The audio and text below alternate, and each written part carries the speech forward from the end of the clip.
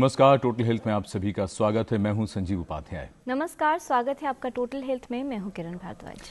किसी शायर ने बड़ा खूब कहा है, वो कहते हैं कि आंखों में रहा, दिल में उतर कर नहीं देखा, कश्ती के मुसाफिर ने समंदर नहीं देखा।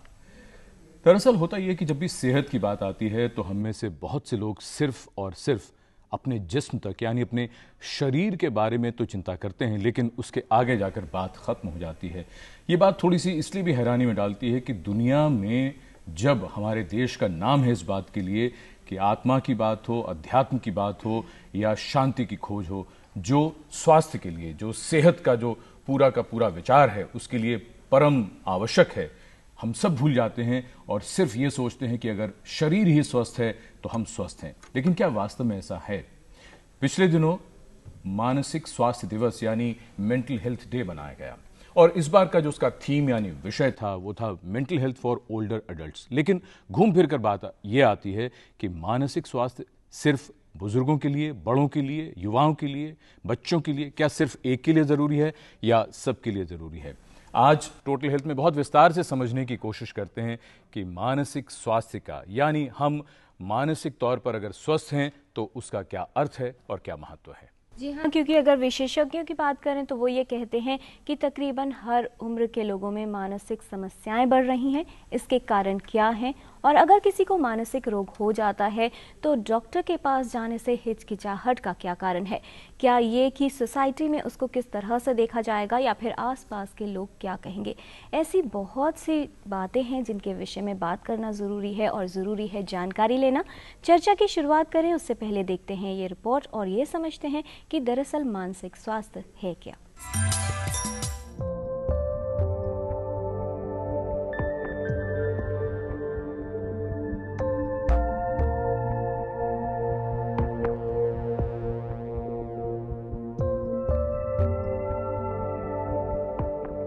मेंटल हेल्थ यानी मानसिक स्वास्थ्य सभी के लिए जरूरी है। आज लगभग सभी उम्र के लोगों में मानसिक समस्याएं बढ़ रही हैं। बच्चे, किशोर, युवा या वृद्ध, कोई भी इससे अछूता नहीं है। लेकिन इसके बावजूद कोई मानसिक समस्या होने पर क्या करें और उसकी पहचान कैसे हो, इसके विषय में जानकारी नहीं है। यही कारण है कि मानसिक समस्या या रोग होने पर उसकी पहचान नहीं हो पाती, जिससे स्थिति बिगड़ने लगती है और गंभीर परिणाम सामने आते हैं। आजकल की जिंदगी में मानसिक स्वास्थ्य बरकरार कैसे रखा जाए, ये एक बड़ा प्रश्न है। आपस में बातचीत न हो पाना और संचार में कमी, ऐसे में मानसिक समस्या उत्पन्न हो जाना लाजमी है। और अगर समस्या उत्पन्न हो जाए तो उसकी पहचान न हो पाना या विशेषज्ञ के पास ये सोच कर न जाना कि लोग क्या कहेंगे। खुद को हेल्थ कॉन्शियस समझने वालों के लिए स्वास्थ्य सिर्फ वजन कम करने, डाइटिंग या एक्सरसाइज करने तक ही सीमित है।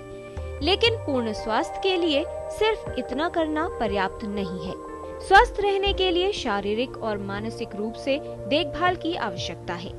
इसके लिए जरूरी है कि हम जानें कि मानसिक स्वास्थ्य क्या है, इसका महत्व क्या है, जिंदगी के उतार चढ़ाव और कठिन परिस्थितियों से गुजरते हुए मानसिक स्वास्थ्य को बरकरार कैसे रखा जाए।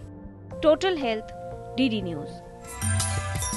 पिछले कुछ वर्षों की जो स्टडीज हैं वो ये बताती हैं कि हमने बाहरी सजावट पर तो बहुत ध्यान दिया है, यानी हम कपड़े बड़े अच्छे पहने, अपने आप को किस तरह से निखार कर रखना है, इस पर बहुत बातचीत होती है। लेकिन मुस्कुराते चेहरे के पीछे मन कैसा है, इसके बारे में ज़रा हमारा ध्यान ऐसा लगता है कुछ कम है।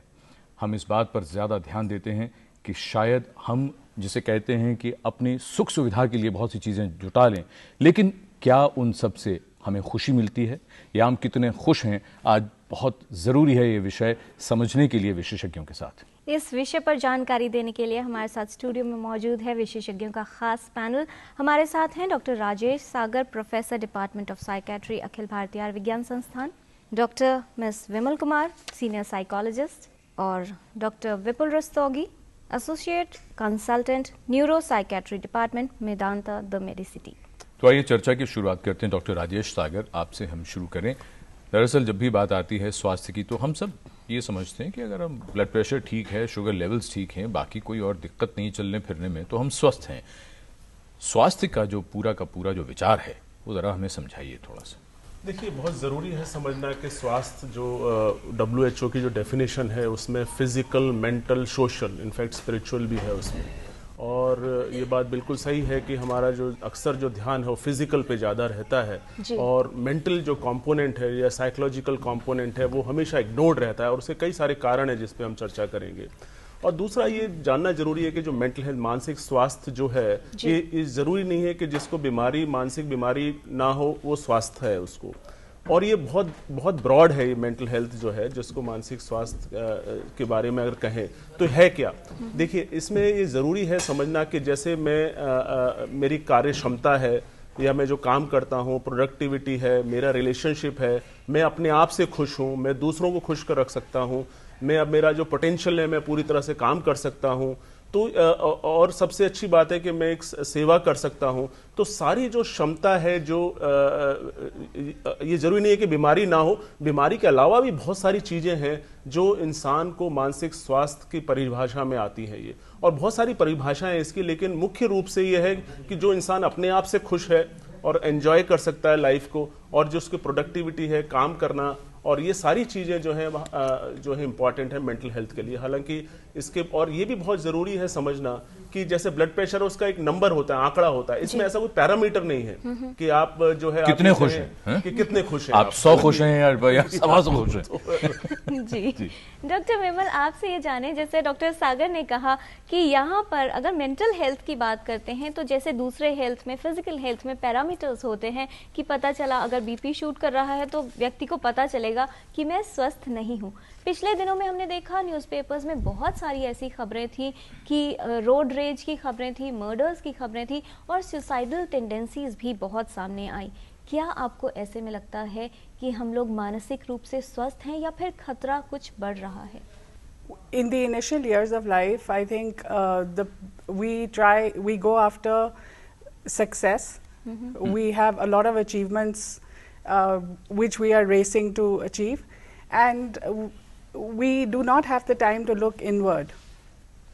As we progress through life and there comes a stage where we have achieved most of what we wanted, we need to then, whatever's inside, we need to start connecting with that. And वो बहुत, जो लोग बहुत खुश भी नज़र आते हैं, कई बारी वो भी डिप्रेस्ड होते हैं बिकॉज अंदर नहीं झांका होता। When there comes a stage in life जब हम अंदर देखते हैं, that is when we come to know that मन अच्छा नहीं है। जी डॉक्टर विपुल रस्तोगी, ये बताएं कि भारत के परिप्रेक्ष्य में अगर बात की जाए, पहले ये कहते थे कि कभी 1 या 2 मामले सामने आ गए, लेकिन आज एडोलेसेंस की अगर बात करें, किशोरों की बात करें, युवाओं की बात करें या फिर अधिक उम्र के लोगों की बात करें, तकरीबन सभी पर असर दिख रहा है। क्या ऐसे बदलाव आप देखते हैं समाज में जिसकी वजह से इस तरह का प्रभाव लोगों पर आ रहा है? देखिए, ज़िंदगी और मुश्किल होती जा रही है। भले ही हमारे पास जो सामाजिक सुख है या फिर जो हमारे पास पैसा है या कपड़े, जिसकी संजीव जी बात कर रहे थे, वो सब और होते जा रहे हैं, लेकिन ज़िंदगी में स्ट्रेस का लेवल बढ़ता जा रहा है। अगर हम बात करते हैं, युवाओं की बात करते हैं, तो शुरू से ही होता है कि हाँ एंट्रेंस एग्ज़ाम क्लियर करना है, ये करना है। और अगर देखिए, हर जने की पोटेंशियल यानी हर जने की सक्षमता सेम नहीं होती है, और उस वजह से जो कंपैरिजन आ जाता है कि उसने ये कर लिया, और उसके जो माता पिता होते हैं उनकी भी एक्सपेक्टेशंस होती हैं, तो शुरुआत से ही बच्चा जो है वो मुश्किलात में आ जाता है। अगर हम आगे ज़िंदगी में बात करते हैं, आजकल बच्चे जो हैं वो घर छोड़ के आगे जा रहे हैं, जो ओल्डर एडल्ट्स हैं हमारे या जो माता पिता हैं वो अकेले रह रहे हैं, न्यूक्लियर फैमिलीज हो गई हैं, तो वो जो सुख या दुख बांटने वाला जो जरिया था वो ख़त्म होता जा रहा है। तो आप देखेंगे दुनिया भर में है ये कि आजकल जो मेंटल हेल्थ है यानी आपकी जो मानसिक दिक्कतें हैं वो बढ़ती जा रही हैं, और हमारा भारतवर्ष उससे अलग नहीं है, और आप देखेंगे कि ये बढ़ता जाएगा। जी, आप कुछ कहना चाहती हैं? हाँ जी, ये कि जैसे डॉक्टर सागर ने कहा था that human being is an integration of mental, physical, spiritual and emotional health.